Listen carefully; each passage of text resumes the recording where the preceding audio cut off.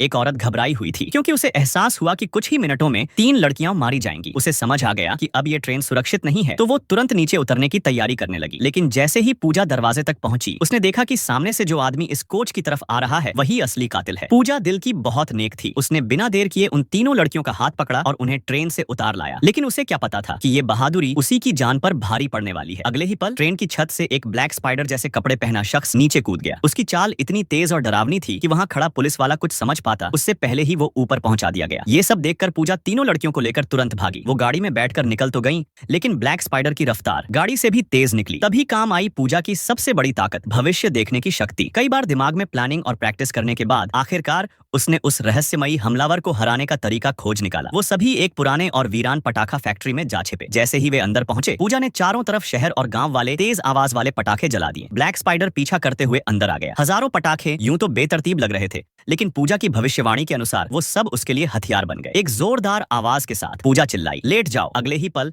एक दमदार आतिशबाजी सीधा दीवार से जा टकराई और उसे उड़ा दिया। फिर पूजा छत पर चढ़ गई और वहां लगी एक बड़ी लाइट की तरफ देखा। जैसे ही बाकी लोग ऊपर चढ़े, ब्लैक स्पाइडर भी आधम का। अब बारी थी पूजा की अल्टीमेट पावर की। उसने उसकी पूरी ताकत का सामना किया, एक जोरदार वार खाया, लेकिन ठीक अगले पल ऊपर से गिरा स्टील का स्ट्रक्चर उस आदमी को सीधा नीचे गिरा ले गया। अब चाहे पूजा कितनी भी ताकतवर क्यों ना हो, भविष्य की नजर के सामने उसकी भी कोई औकात नहीं थी। कातिल हवा हो गया और कहानी यहीं खत्म। ओल्ड मनोज कहते हैं, फिल्में सिर्फ टाइम पास नहीं, ये जिंदगी के हर स्वाद का अनुभव है। अगर आपको ये वीडियो पसंद आया हो तो एक सब्सक्राइब तो बनता है यार।